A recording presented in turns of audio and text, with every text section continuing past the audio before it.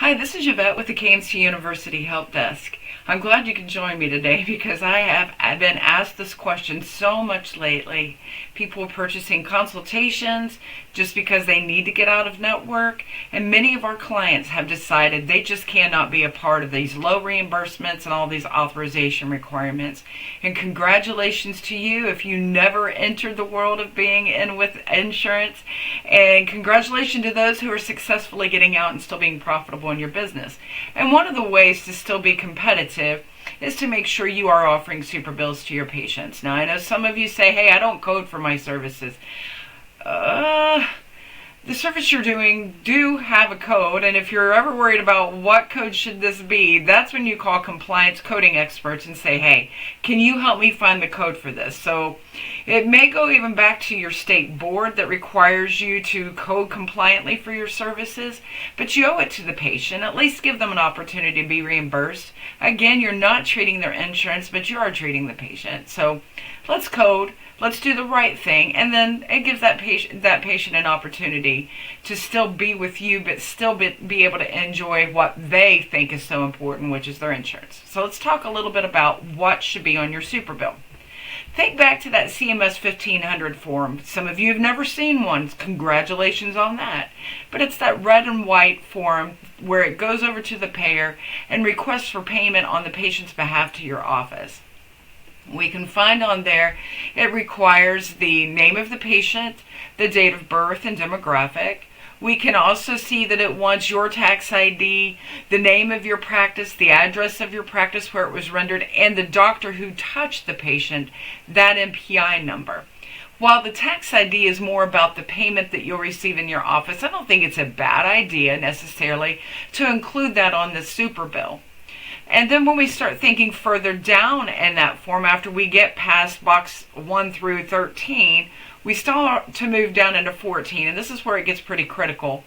And that is going to be one of the first things we come to after the date of onset. But when we're getting down into billing and giving a Superbill, we'll start down when it gets to the diagnosis, which is in 21, and we'll include all the diagnosis that's part of this active phase of care for this patient. And we'll have all those appended in here just like we would if we were billing the payer. Then when we come down into 24, in 24 we start to see where more specifics come into play that must be on your Superbill. And it'll start with the date of service. It'll go across to actually picking up the actual CPT code that you're using to support the service that you're performing. It may also need to have units. How many units? If this is a timed code, remember it takes at least 8 minutes to get 1 unit. So how many units of a time code did you do? And then we may go as specific as it was done here in my office, place of service 11. I don't typically include that on a Superbill because I think it's enough that I put up at the top it's coming from my practice. But then I'm going to want to put out the charge. Now, this is where it gets a little confusing for some of you. Some of you have a cash rate. I hope that it's defensible. I hope that it's compliant. I hope you've done that properly in your clinic because you've got state board and federally funded things that really come into play there that can leave you vulnerable. But I always think we should have one fee in our office for everything. This is what KMC preaches. This is what we all preach around here. If you've ever seen us out in public, if you've ever been in our library, you see your fee is your fee is your fee is your fee. So I think if we're doing a 98941 that it has the fee for my office. Let's say it's $75. And maybe I'm also doing a 98943 and that's $25. So let's just say that's our service. So I'm going to come down and I'm going to give it a total.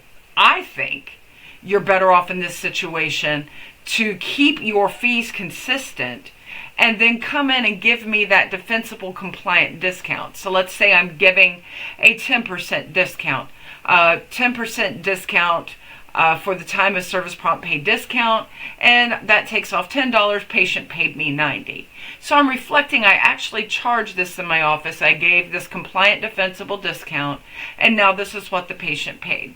Not a bad idea to put your signature on there, maybe even have the patient sign off on that service that day. So I created a little cheat sheet that we'll look at and just make sure Yvette crossed all her I's and dotted all her T's as she told you today.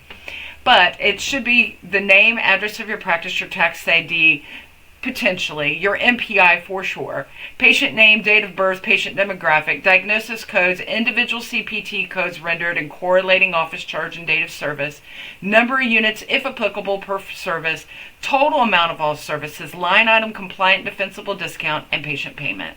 Make sure you're including these items on your Superbill. It kind of helps the patient to be able to be reimbursed at home, and it gives you the best of both worlds. I'm out of network and they can go deal with that stuff. That's what we want them to do, right? Because we treat patients, we don't treat insurance. Why don't you drop down in the comment for me? I'm a cash office, I give Superbill, or I'm still stuck in the CMS 1500 insurance land. And just give us your experience. What have you found works best in your office? And also feel free to add down there if you're facing any challenges. Now do remember, challenges we can help with. You can just reach out to the help desk if you're a member, or just give us a call. It's that simple. Join us on one of our social media platforms. You'll find us there. You're going to see a little bit more about that right in the end of the video. But if you need help with your Superbill, you need help in considering would it be profitable to get out of network, if you need help with your fees, all these things that go into your Superbill that you're like, I didn't realize all that went in. It does. Let us help you with that. That's what we're here for. I thank you for joining me for this edition of the Help Desk, and I look forward to seeing you next time. Before you go, don't forget to like, share, and follow KMC University on all of our social media platforms. If you're on Facebook, take a moment and go over to the Chiropractic Reimbursement and Compliance Experts. Click join. You will be happy you did. Have a wonderful day. Bye-bye.